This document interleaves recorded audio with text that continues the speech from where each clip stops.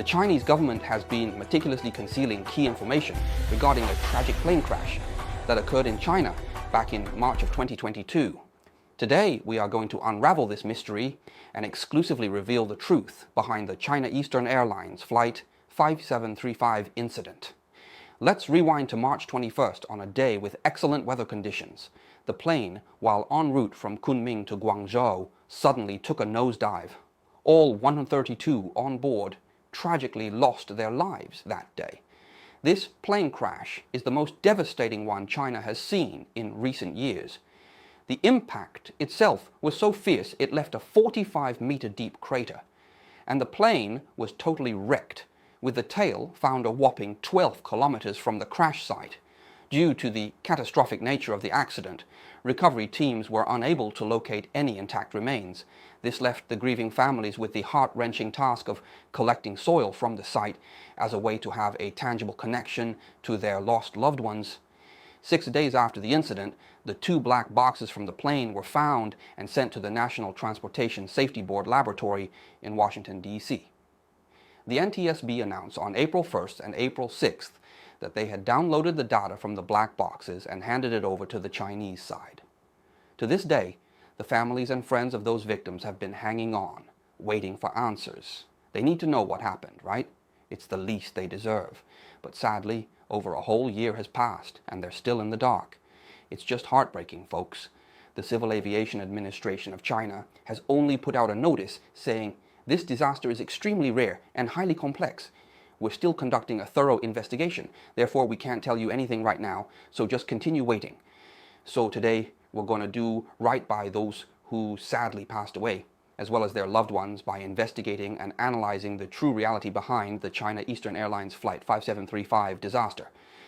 First things first, the Chinese have already long since figured out the cause of this plane crash. That part is crystal clear already, but they won't tell the public, and they'll never tell the public. Everyone wanting to learn the real cause of this air crash through an official announcement is just dreaming. It's like looking for fish up a tree and wishful thinking at best. But what's the real deal here, folks? Let's break it down. This crash was due to human factors, and we have 3 main reasons to back it up. First off, there was a preliminary report about the crash site that came out on April 20th, a year after the tragedy. At the same time, the Boeing 737-800, the model involved in the crash, was cleared to fly again. Here's the deal. Normally, after a crash, they ground that type of plane until they've worked their way through analyzing every detail. Safety first, right? But on April 20th, those Boeing 737-800 aircraft were back in the air over China. The only logical reason being the investigators must have ruled out any problems with the plane itself. So, putting 2 and 2 together, it looks like they have figured out it wasn't the aircraft's fault. But what's with all the secrecy? That's the million-dollar question, folks. The second reason why this whole incident wasn't caused by a malfunction is because on May 17th, the Wall Street Journal got a hold of some new info. Now, even though the primary investigating country for this accident is China, the National Transportation Safety Board, including Boeing, has the authority to send an investigator to participate in the entire accident investigation. But still, they do not have the authority to release the information, so the Wall Street Journal somehow got a hold of the facts. The people involved in the investigation told them that this accident was indeed caused by human factors. After the accident itself, the flight data recorder and cockpit voice recorder were both sent to the US for analysis. In the process of analysis, the US side definitely got a handle on the true flight information of the aircraft and the actual situation inside the cabin when the plane crashed. So those folks involved must have spilled the beans to the folks over at the Wall Street Journal and claimed that the last few minutes of that plane is like it was hijacked. There was someone in the cockpit directing, saying the plane had to head towards the ground in a certain way. Now, we don't know whether it was an inside job or some external force, but regardless, this is a very important factor to consider. Alright, let's get into the third piece of this puzzle. Right after the crash, there was this big push for a dual captain system on all planes. Now, hold up, because usually you've got your captain and your co-pilot, right? So what's the deal with suddenly needing 2 captains? It's pretty much saying, heck, hey, a captain and a co-pilot combo might not cut it anymore for safe flying. And then there's this, airlines all over China started snooping into their pilots' mental health and home situation. They even had pilots start writing pledges and commitments. What's that all about? So, here's where I landed before. This whole crash, it's got human error written all over it. That was just me connecting the dots before. No hard proof. But now, let's talk about some solid, objective evidence that's come to light. This isn't just guesswork anymore, folks. We're talking real deal facts. Let's break down this report from the Civil Aviation Administration of China. Why'd they wait a full year to drop it? Well, here's the deal. According to the Chicago Convention, aka the Convention on International Civil Aviation, there's this general rule. After a plane crash, you're supposed to release the final investigation report within 12 months. It's not like it's written in stone, but since China's a signatory country to the agreement, they can't just shrug it off. So what do? One day shy of a year, they come out with this report. And let me tell you, it was pretty thin. Just hey, we're still on it, it's complicated, a real head scratcher. Meanwhile, Xinhua news agency's got some aviation experts saying this crash is a whole different beast, so it makes sense it's taking longer. But let's be real, that's just China's way of playing hide and seek with the truth. Just because this crash is unique doesn't mean figuring it out is rocket science. Nowadays, with plane accidents, if you've got the flight data recorder and the cockpit voice recorder, you're golden. You can usually crack the case fast. Back in the day, they had to play detective with the wreckage. But now, these recorders have all the data you need. One's tracking the plane's every move. The other's got the cockpit drama. Put them together, and bingo, you've got your answer. So, long story short, determining the cause of this crash shouldn't be as tough as they're making it out to be. Next, let's continue to analyze the recent report they put out. Once we go through this report, you'll know exactly what the deal is. It talks about how they're currently conducting investigations in 4 areas. The first area is to analyze the cause of the aircraft damage by examining the wreckage. Second, they are continuing to investigate the qualifications and abilities of the pilots, the operations of the flight crew, and the management of the airline company itself. The third aspect is about investigating the air traffic control service and ground security measures. The fourth part is to analyze the final flight status of the aircraft in conjunction with the relevant data they've gathered, and then use flight simulations and real aircraft flight testing for verification. Now pay attention to the first and fourth areas. These are what really counts. The wreckage and the flight data, they're the keys to unlocking this whole mystery. It's like having a map and a compass. They're going to point you right where you need to go. The first thing they claim to be doing is to piece together the wreckage to determine the cause of the plane's damage. Let me just make it crystal clear to you all that in the process of investigating an aviation accident, the wreckage is pieced together to analyze the cause of the damage, not to determine the cause of the disaster. Because in reality, the cause of the plane crash has already been deduced through the cockpit voice recorder and flight data recorder a long time ago. So they only went back to the wreckage to see if they could establish a logical correspondence with the already known cause of the crash. It's not like they're going to figure out the cause of the crash by analyzing the wreckage of the plane itself. That's the first point. Now let's zero in on this second point. They're merging the last moments of the flight with all the data they've got, then double-checking everything with real aircraft and flight simulations. What's this screaming loud and clear? It means that the investigation team knows what happened in the final minute aboard the plane for a hot minute. They're just running simulations for verification at this point, that's all. Do you really think they don't know the real reason behind the plane crash?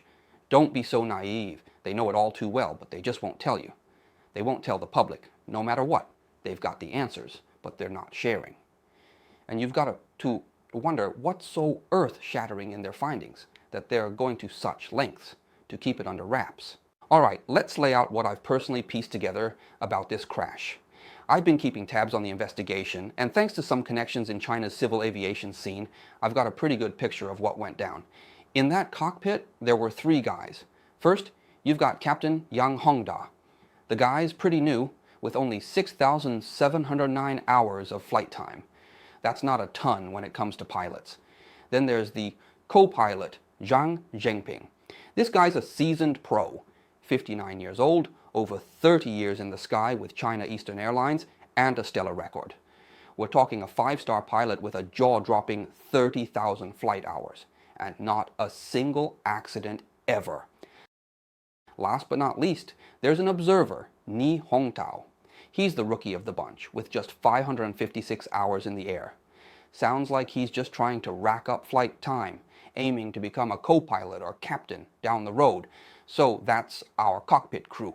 You've got a mix of fresh and seasoned, with each guy bringing his own thing to the table.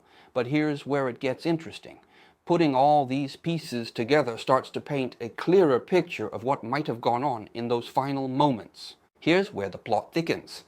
Co-pilot Zhang Zhengping was just 6 months shy of retirement at 59. But, get this, the guy was in a real rough patch. He nearly lost all his life savings in some bad investments, and that alone is enough to knock anyone off their game. Then there's this incident from a few years back. While landing, he slightly misjudged the descent altitude and set off a low altitude warning. Although it's not a crash, it's like you're teetering on the edge. Because of this slip-up, they bumped him down from captain to co-pilot. And let me tell you, it's a world of difference between the two roles, both in terms of respect and paycheck.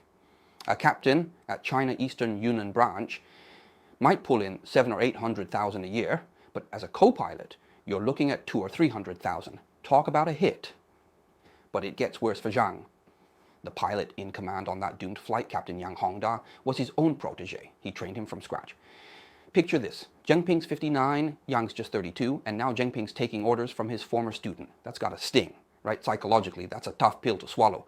As for what exactly went down in that cockpit during the last minute, that's still up in the air. There's talk about a potential conflict, but that's just speculation at this point. I haven't got any solid intel on that. But you can bet, given all these factors, the atmosphere in that cockpit was anything but smooth sailing. Piecing together everything we know paints a pretty grim picture. Co-pilot Zhang Zhengping's life was in a tailspin. His investments tanked, leaving him with nothing for savings, and retirement was breathing down his neck, with a less than stellar paycheck. Then there's his personal life, practically living at the airline, rarely going home, and a divorce in his rearview mirror. The only family he had left was a single daughter. But the real low blow? Maybe it was getting demoted from captain to co-pilot because of that one mistake. That's a hard hit for any pilot, especially one with his experience. It's not just about the rank. It's a whole shift in identity. Maybe he couldn't get his head around it, or maybe there was some bad blood with others on board. Whatever it was, it seems like it pushed him to a dark, desperate place. So, here's the heart of it. The tragic end of China Eastern Airlines. Flight 5735 wasn't just a random crash. It was none other than a deliberate act by Zhang Zhengping, a man cornered by his circumstances, choosing the most tragic exit possible and taking 131 innocent lives with him. That's the kind of nightmare scenario that will forever haunt the aviation world. If it gets out that a pilot's suicide caused the crash, it's not just a tragedy, it's also a PR nightmare. Although there have been other cases like this around the world, like that incident in Russia in 2021. Overall, it's a delicate situation. If the public gets wind that the pilot's state of mind was the cause, the airline and its management practices come under intense scrutiny. And here's where it gets messier. I've heard from a captain at China Airlines who said the internal management when it comes to Chinese civil aviation is pretty cutthroat. He shared this one story with me about a captain who made a landing at Panzihua Airport, which is tricky to land at because it's on a high plateau with extra thin air. The plane skidded a bit too far on the runway. Usually that results in a 24-month flight ban for the pilot. But because some big shot from the Central Committee said so, that pilot got a lifetime ban. Just like that. Talk about harsh. So what's happening is everyone in the industry is always on thin ice. They're under constant pressure, always worried about making one wrong move. That's not just tough, it's unprofessional management. And that's why the Chinese Communist Party is working overtime to keep a lid on everything. It's about protecting everyone's image and avoiding a massive fallout. But in doing so, they're sweeping some serious issues under the rug. Issues that, if left unaddressed, could lead to more tragedies. In terms of the international community, Boeing and the National Transportation Safety Board in the US are bound by international civil aviation treaties, which means they can't just bypass China's control over the investigation and release the info they've gathered. It's a sticky situation. The Convention on International Civil Aviation, as it stands, gives a lot of power to the country where the crash occurred. Now, in this case, China. If they decide to keep things under wraps, then the rest of the world is basically left in the dark. It's like a closed loop. Even if the airline or other involved parties know the truth, their hands are tied. And then there's the business angle. The global aviation market is huge, and China's a big player in it. Companies like Boeing and Airbus are in a tough spot because they need to maintain good relations with China to keep selling planes. It's a delicate dance of diplomacy and business interests. So what we've got is a system that, in trying to be diplomatic and fair, ends up creating a situation where the truth can be easily buried. And with big market forces at play, there's a lot of incentive for key players to just go with the flow, even if it means leaving critical questions unanswered. It's a complex web of international relations, business, and aviation law, all tangled up in this tragic incident. There have been other cases where China has lied its way out of a big aviation scandal. The China Airlines incident in 2018 was a real headache. It's a classic case of what you see on the surface isn't always the full story. So this plane's heading to Tibet when suddenly the cockpit windshield just explodes, and the co-pilot is halfway out the window. In the end, they managed to land safely with no casualties, and the media's eating it up, calling them heroes.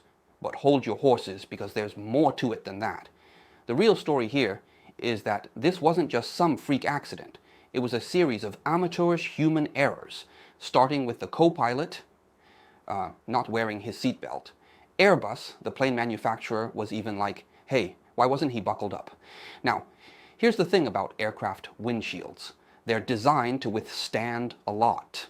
If there's a crack due to uneven heating, which is what happened in this case, it should take a good 10 minutes before it fully bursts. That's enough time for the crew to do something about it.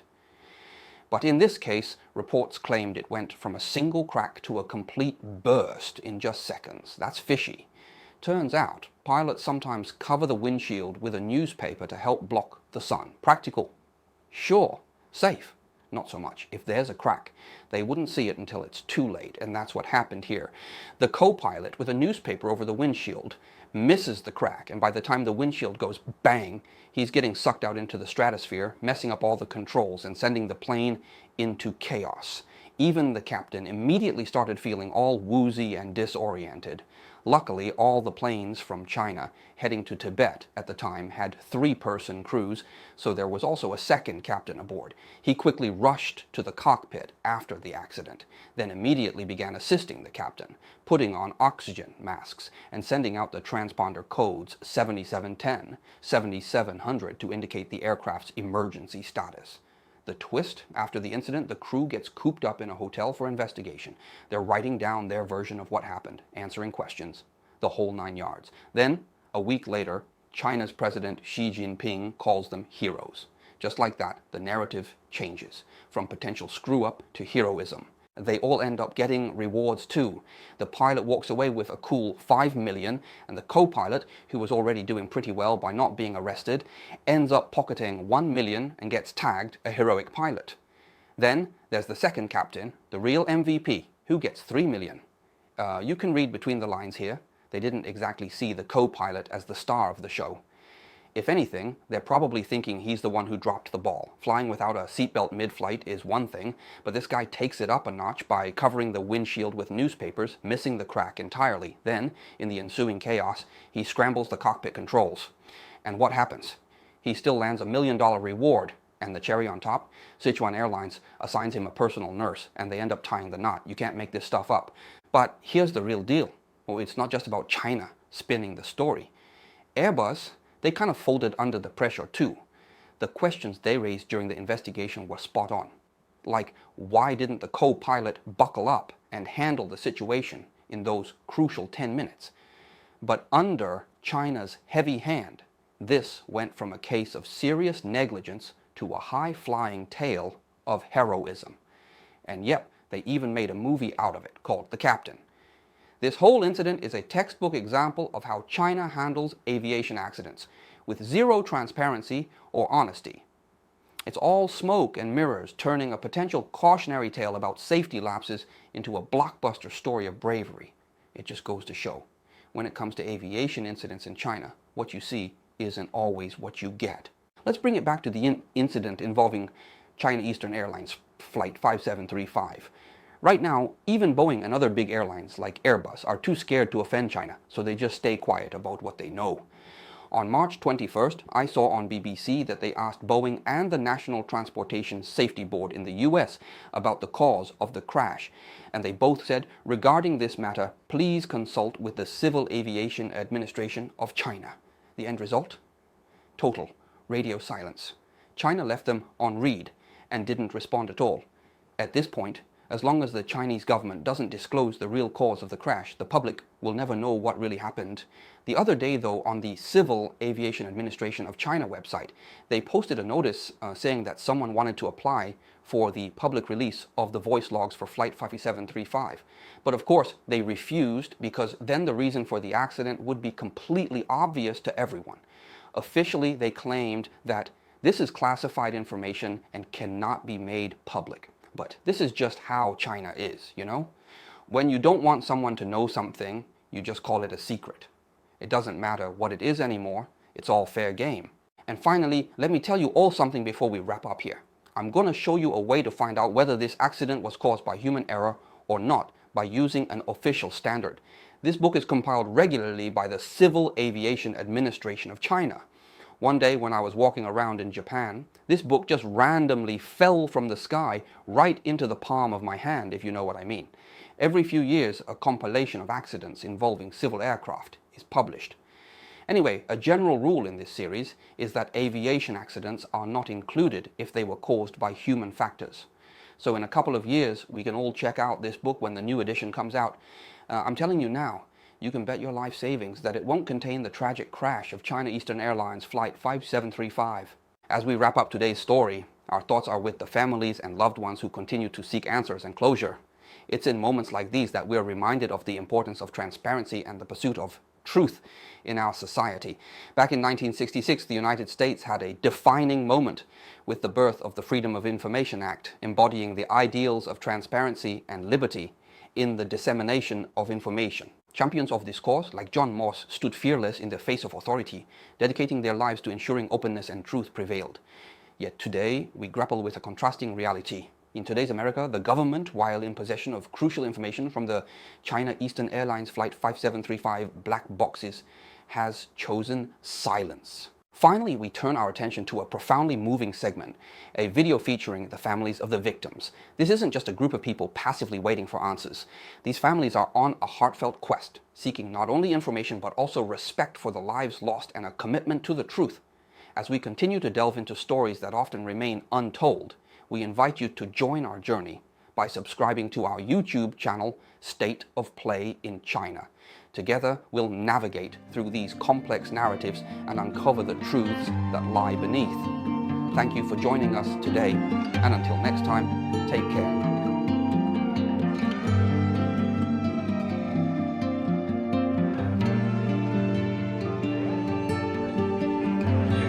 Nó ảo vô trời chết lọt không? Đi.